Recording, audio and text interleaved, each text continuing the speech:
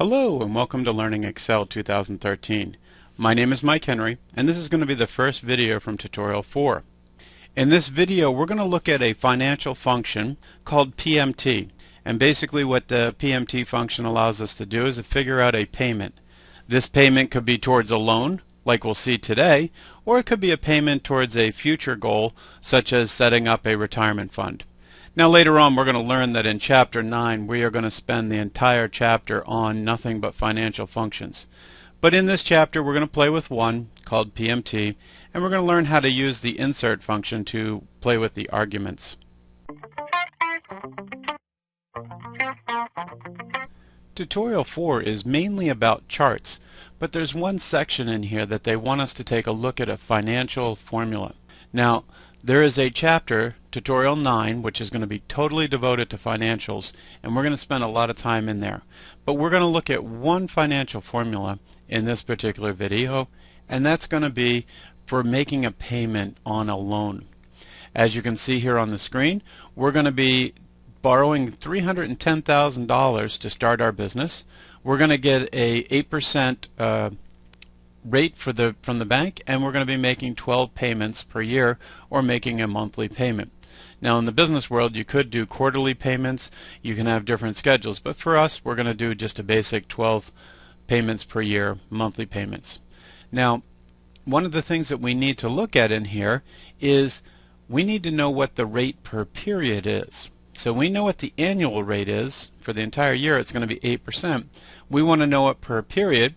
And since there's 12 payments or 12 periods, what we're going to do is we're going to just divide these two. So you'll see right here I put a formula in here that basically says take the interest rate for the year, the annual interest rate, and divide that by the number of payments, or in this case 12, and that gives us our interest rate per period.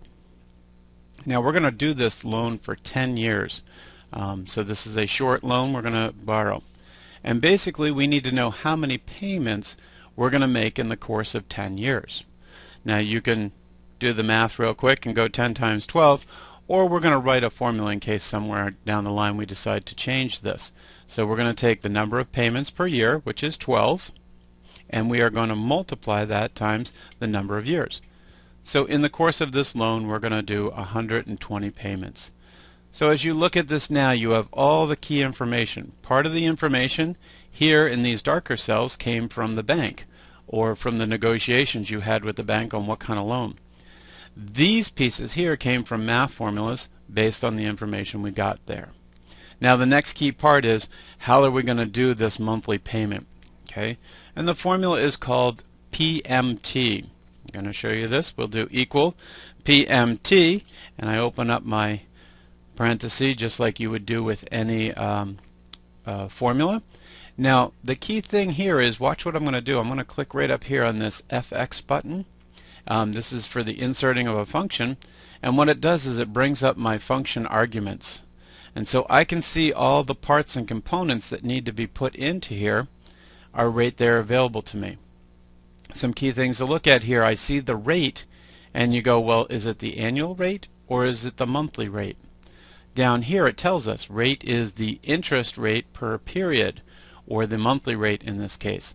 So we don't want to click on this one, we want to click here. Okay? And you'll notice that it immediately puts in the number that's already in there for us.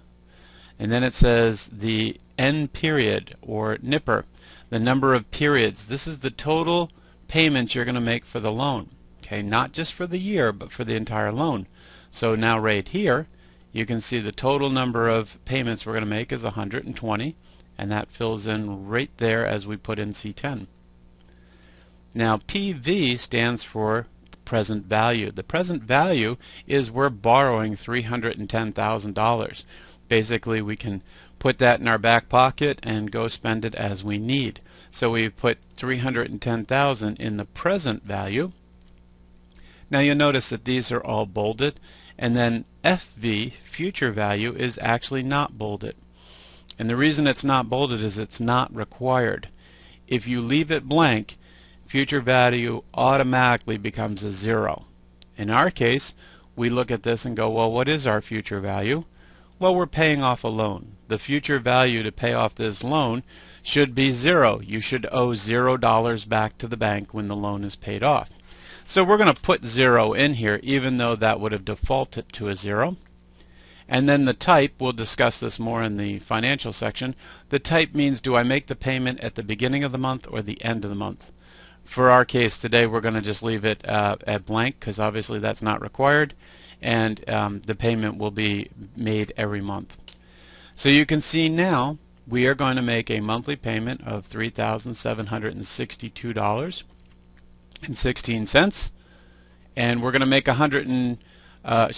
this is the annual total, so we're going to be making 12 of those. So for this, what we're going to do is take the payment amount and multiply it times the number of payments in a year, and you can see that's what we would be paying for the entire year, is $45,000. So that's our PMT function.